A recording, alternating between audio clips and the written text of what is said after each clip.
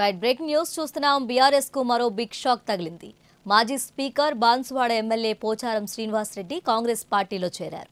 ఇవాళ ఉదయం పోచారం ఇంటికి వెళ్లిన సీఎం రేవంత్ రెడ్డి కాంగ్రెస్ పార్టీలోకి రావాలని ఆహ్వానించారు. దీనికి పోచారం అంగీకరించడంతో సీఎం కాంగ్రెస్ కండువ కప్పారు. కాగా రైతుల సంక్షేమం కోసమే కాంగ్రెస్ పార్టీలో చేరినట్లు పోచారం తెలిపారు. సీఎం రేవంత్ రైతు పక్షపాతి అని ఆయనకు అన్ని విధాల అండగా ఉంటామన్నారు.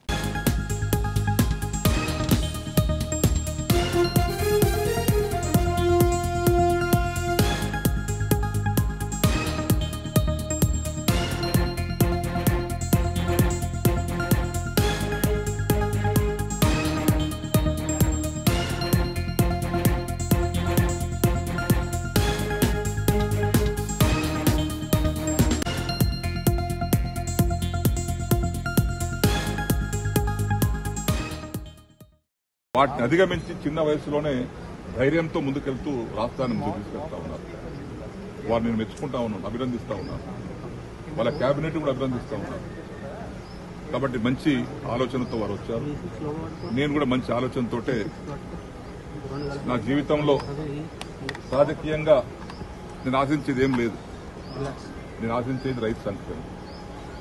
నేను వ్యవసాయ శాఖ మంత్రిగా చేశాను, బ్యాంక్ చైర్మన్ గా చేశాను. ఇవన్నీ రైతుతో ముడిపడ్డటువంటి సంస్థలు ఇవన్నీ.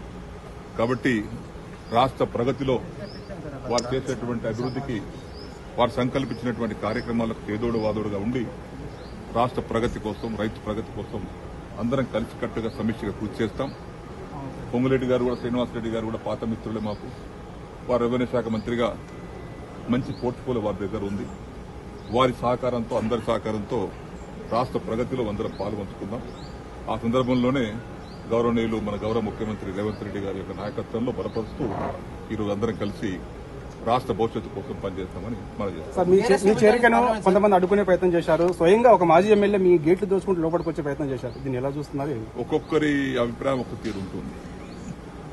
నేను కూడా టీఆర్ఎస్ పార్టీ చేరకుండా ముందు తెలుగుదేశం పార్టీలో ఉన్నాను.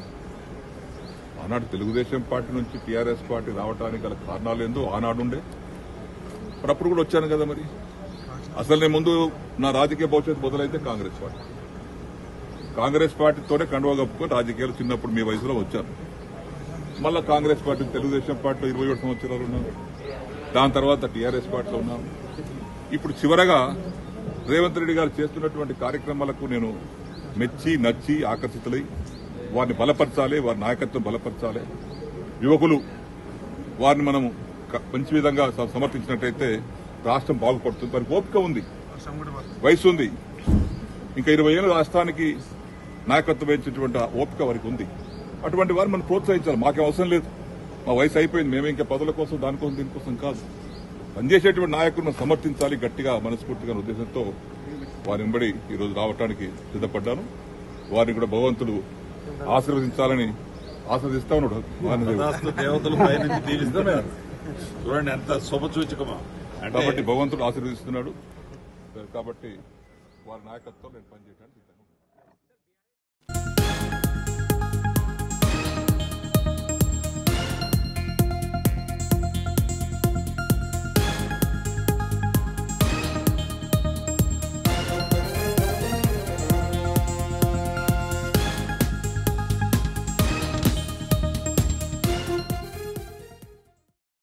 ఇక పోచారంకు ప్రభుత్వంలో సముచిత స్థానం కల్పిస్తామని సీఎం రేవంత్ తెలిపారు.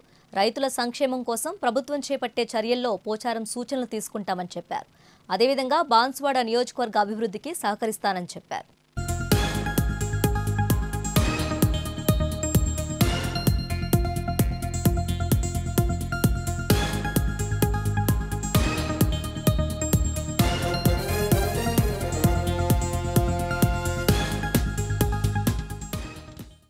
పంతొమ్మిది 1984లో కాంగ్రెస్ నుంచి టీడీపీలో చేరిన పోచారం 1994లో బాన్సువాడ నుంచి టీడీపీ అభ్యర్థిగా పోటీ చేసి తొలిసారి అసెంబ్లీలో అడుగుపెట్టారు. ఆ తర్వాత 1999 అసెంబ్లీ ఎన్నికల్లోనూ గెలిచిన పోచారం 2004లో ఓడిపోయారు. ఇక 2009 నుంచి 2023 వరకు వరుసగా 4 సార్లు ఎమ్మెల్యేగా ఎంపికయ్యారు. ఆ క్రమంలోనే పోచారం తెలంగాణ ప్రభుత్వంలో 2014, 2019 వరకు వ్యవసాయ మంత్రిగా, 2019 జనవరి 15 నుంచి 2023 డిసెంబర్ 6 వరకు శాసనసభ స్పీకర్గా పనిచేశారు.